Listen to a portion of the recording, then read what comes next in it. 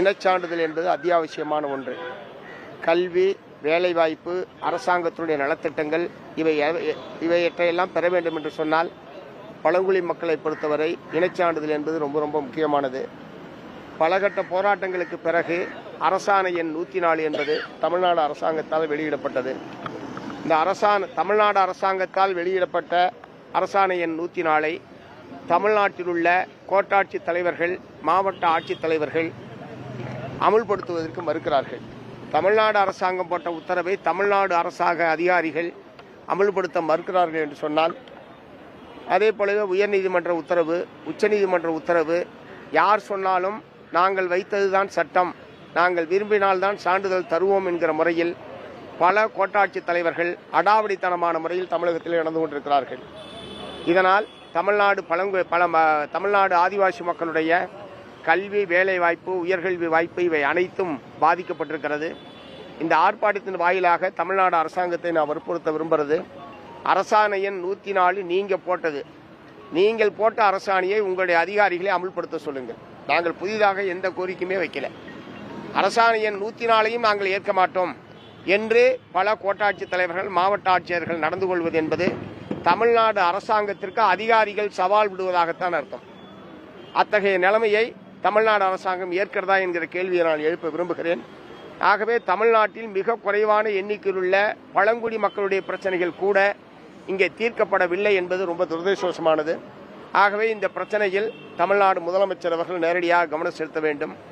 ஆதிவாசி மக்களுக்கு நில உரிமையும் வன உரிமையும் வழங்கக்கூடிய வன உரிமை சட்டம் 2006 கடந்த 17 ஆண்டு காலமாக இந்தியாவிலேயே நடைமுறையில் இருக்கிறது. தமிழகத்திலும் நடைமுறைப்படுத்துவதாக சொல்லப்படுகிறது. ஆனால் 17 ஆண்டுகள் கழித்ததற்கு பிறகும் இப்போதுதான் வெறும் 15,442 பேருக்கு மட்டும், இந்த குடும்பங்களுக்கு மட்டும்தான் நில உரிமை என்பது வழங்கப்பட்டிருக்கிறது. இது அதாவது ஆமையை விட இன்னும் மெதுவாக ஏதாவது ஒன்று இருக்கான்னு தெரியல எனக்கு. அதை விட மெதுவாக இந்த வன உரிமை சட்டம் என்பது தமிழ்நாட்டில் அமல்படுத்தப்பட்டு கொண்டிருக்கிறது. இது மத்திய அரசாங்கம் நிறைவேற்றப்பட்ட சட்டம், இந்திய நாடு முழுவதுக்கும் பொருந்தக்கூடிய சட்டம். இதில் நிறைவேற்ற வேண்டிய அதிகாரிகளுடைய அலட்சியம் காரணமாகத்தான் நம்முடைய ஆதிவாசி மக்களுக்கு கிடைக்க வேண்டிய சட்டப்படியான பலன்கள் கிடைக்காமல் இருக்கிறதே தவிர சட்ட ரீதியாக எந்த விதமான தடையுமே கிடையாது. ஆகவே சட்டமே இயற்றப்பட்டாலும் அதை நாங்கள் அமுல்படுத்த மாட்டோம் என்கிற முறையில் தான் அதிகாரிகளுடைய மனநிலை என்பது இருந்து கொண்டிருக்கிறது. இந்த மனப்போக்கு என்பது ஆதிவாசி மக்களுக்கு எதிரான இந்த மனப்போக்கு என்பது வன்மையான கண்டனத்துக்குரியது.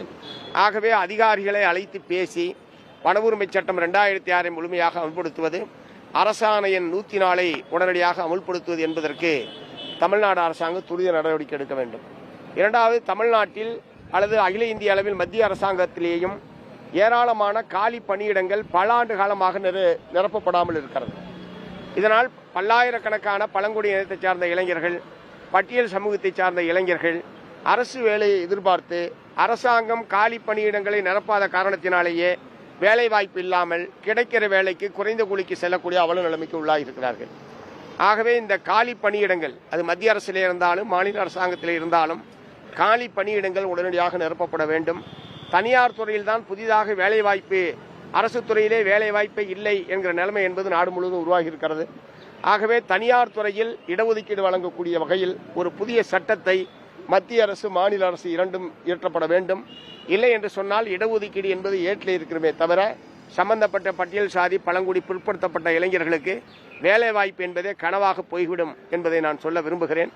ஆகவே இத்தகைய சூழ்நிலையில் தமிழ்நாடு மலைவாழ் மக்கள் சங்கம் தொடர்ச்சியாக தமிழ்நாடு அரசாங்கத்துடைய கவனத்தை ஈர்க்கத்தக்க வகையில் இந்த போராட்டத்தை நடத்தி கொண்டிருக்கிறது. பழங்குடி அடுக்கப்பட்ட மூட்டையில் அடிமூட்டையாக இருக்கக்கூடிய பழங்குடி மக்களுடைய வாழ்க்கையில் முன்னேற்றத்தை ஏற்படுத்துவதற்கு எல்லாருக்கும் எல்லாம் என்று சொல்லக்கூடிய நம்முடைய முதலமைச்சர் அவர்கள் அது பழங்குடி மக்களுக்கும் கிடைக்கக்கூடிய வகையில் செயல்பட வேண்டும் என்று நான் கேட்டுக்கொள்கிறேன்.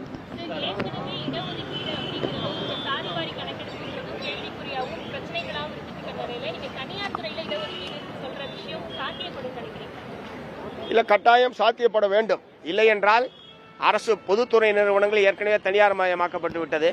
அரசு துறையிலே வேலை வாய்ப்பே இல்லை. பன்னாட்டு கம்பெனிகள், உள்நாட்டு முதலாளிகள் தான் தொழிற்சாலைகளே துவங்குகிறார்கள்.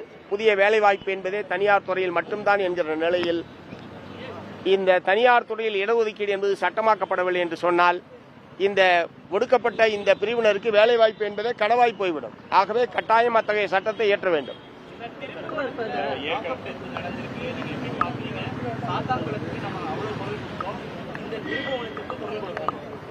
இல்ல, திருப்புவனம் சம்பந்தப்பட்ட விஷயத்தில் நேற்றைய மார்க்சிஸ்ட் கம்யூனிஸ்ட் கட்சியின் சார்பில் எங்களுடைய கண்டனத்தை தெரிவிச்சிருக்கிறோம். அது சம்பந்தமாக முதலமைச்சர் அவர்கள் தெரிவித்துள்ள கருத்து ஏற்புடையதல்ல.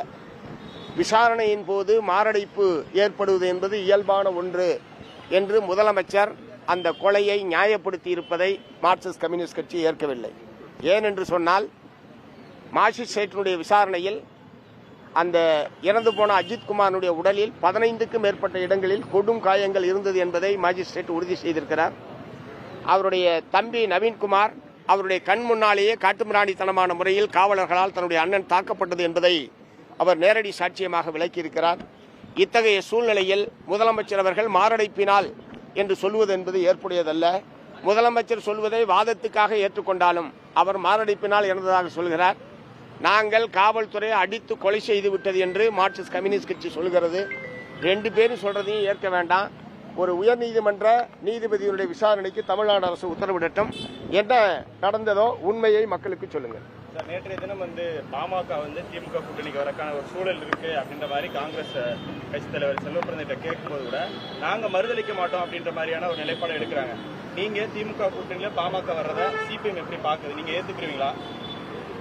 அதாவது திராவிட முன்னேற்ற கழக அணியில் தலைமையிலான அணியில் யார் இருக்க வேண்டும் யார் இருக்க வேண்டாம் என்பது அந்த கூட்டணியுடைய தலைமை கட்சியில் இருக்கக்கூடிய தலைமை தாங்கக்கூடிய கட்சி என்கிற முறையில் அது திமுக சம்பந்தப்பட்ட விஷயமே தவிர நாங்கள் சம்பந்தப்பட்ட விஷயம் அல்ல. அதை பற்றி முடிவெடுக்க வேண்டியது முதலமைச்சர் தான். கூட்டணிக்கு அவங்க வர்றது நீங்க கூட்டணியில அதாங்க, யார் வந்தாலும் யார் போனாலும் அதை பற்றி முடிவெடுக்க வேண்டியதும் அதை பற்றி கருத்து சொல்ல வேண்டியதும் திராவிட முன்னேற்ற கழகத்துடைய தலைவருடைய நிலையை தவிர அதுல ஒரு அங்கமாக இருக்கிற எங்களுடைய நிலைப்பாடு அல்ல. திமுக ஆட்சிக்கு வந்த பின்னாடி இதுவரைக்கும் 28 லாக்அப் டெத் நடந்ததுன்னு சொல்றாங்க. இது எப்படி பாக்குறீங்க? தொடர்ந்து சாத்தாங்குளத்துக்கு எதிர்கட்சி தலைவராக இருக்கப்ப பயங்கரமா குரல் கொடுத்தாரு. ஆனா ஆட்சிக்கு வந்த பின்னாடி 28 லாக்அப் டெத் நடந்திருக்கு. அது குறித்து எந்த ஒரு நடவடிக்கை எடுக்காம இருக்கு. இல்ல, 28 இல்ல, 24 என்பதற்கு தான் விவரங்கள் இருக்கு. 24 என்கவுண்டர்கள், லாக்அப் டெத் மட்டும் இல்ல, என்கவுண்டர்கள், லாக்அப் டெத், இந்த மாதிரியான விசாரணையின் போது நடைபெற்ற மரணங்கள் எல்லாம் சேர்த்து 24 என்பதுதான் இதுவரைக்கும் இருக்கிற விவரம். காவல்துறையினர் சட்டப்படி நடந்து கொள்ள வேண்டுமே தவிர விசாரணை என்கிற பெயரில் சட்டத்துக்கு அப்பாற்பட்டு கொடூரமான தாக்குதலை நடத்துவது, என்கவுண்டர்கள் செய்வது போன்ற விஷயங்கள் வன்மையான கண்டனத்துக்குரியது. நான் என்ன சொல்லிட்டு இருக்கேன்? ஏன் பதட்டப்படுறீங்க? எதிர்கட்சி தலைவராக இருக்கும்போது எல்லாரும் ஒரு மாதிரி பேசுவாங்க, ஆளுங்கட்சியா இருக்கும்போது ஒரு மாதிரி பேசுவாங்க. மார்க்சிஸ்ட் கட்சி என்ன சொல்லுதுன்றதானே கேட்க விரும்புறீங்க. அப்புறம் நீங்க போட்டு பாட்டு பேசிட்டு இருக்கீங்க. நான் தான் சொல்றேன்ல, 24 என்கவுண்டர்களாக இருந்தாலும் சரி, இந்த மாதிரி காவல் நிலைய மரணங்கள், விசாரணையின் போது மரணங்கள் என்பது 24 இதுவரை நடந்திருப்பதாக அரசாங்கத்தினுடைய விவரங்களை தெரிவிக்கிறது. காவல்துறையினர் சட்டப்படி நடந்து கொள்ள வேண்டுமே தவிர சட்டத்துக்கு அப்பாற்பட்டு விசாரணை என்கிற பெயரில் இந்த மாதிரியான கொடூரமான தாக்குதல் நடத்துவது, என்கவுண்டர்கள் செய்வது என்பதெல்லாம் வன்மையான கண்டனத்துக்குரியது. அதற்கு காரணமான காவல்துறையினர் யாராக இருந்தாலும் அவர்கள் மீது நடவடிக்கை எடுக்க வேண்டும். காவல்துறை உங்கள் நண்பன் என்று சொல்லிக்கொண்டே இது போன்ற சம்பவங்கள் நடப்பது என்பது காவல்துறைக்கு பெருமை சேர்க்கக்கூடிய விஷயம் அல்ல. ஆகவே காவல்துறையினுடைய இத்தகைய அணுகுமுறை என்பது மாற்றப்பட வேண்டும். மாறுவதற்கு உரிய நடவடிக்கையை தமிழ்நாடு அரசாங்கம் எடுக்க வேண்டும். இத்தகைய கொலைகளுக்கு காரணமான அதிகாரிகள் யாராக இருந்தாலும் அவர்கள் மீது நடவடிக்கை எடுக்க வேண்டும். காவல்துறை முதல்வரோட கட்டுப்பாட்டில் தானே இருக்கு. ஆனா அவர் குறித்து எந்த விதமான இதுவரைக்கும் 24 சொல்றீங்க நீங்க, ஆனா இதுவரைக்கும் எந்த விதமான நடவடிக்கை எடுக்கிறத எப்படி பாக்குறீங்க?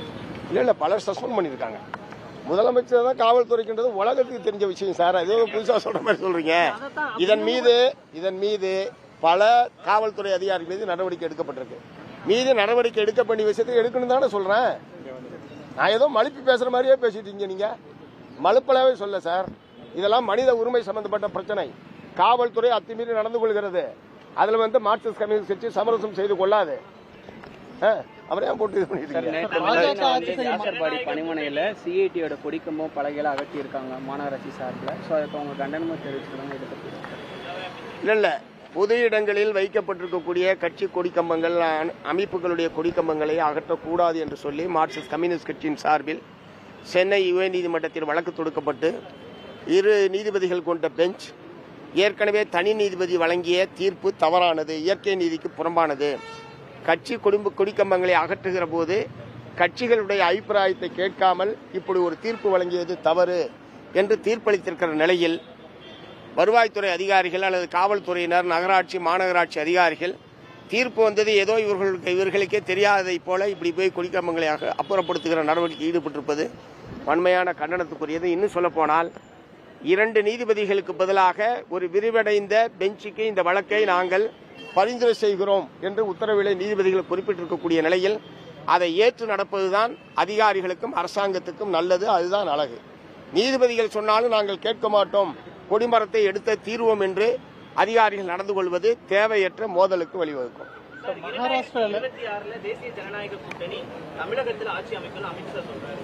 சார், இந்த மலைவாழ் மக்கள் பிரச்சனை இது பண்ணுங்க சார். அதெல்லாம் 100 தூரம் சொல்லிட்டு போங்க. மலைவாழ் மக்கள் பிரச்சனையை கொஞ்சம் ஹைலைட் பண்ணுங்க. அதெல்லாம் 100 தூரம் பேசிக்கலாம்.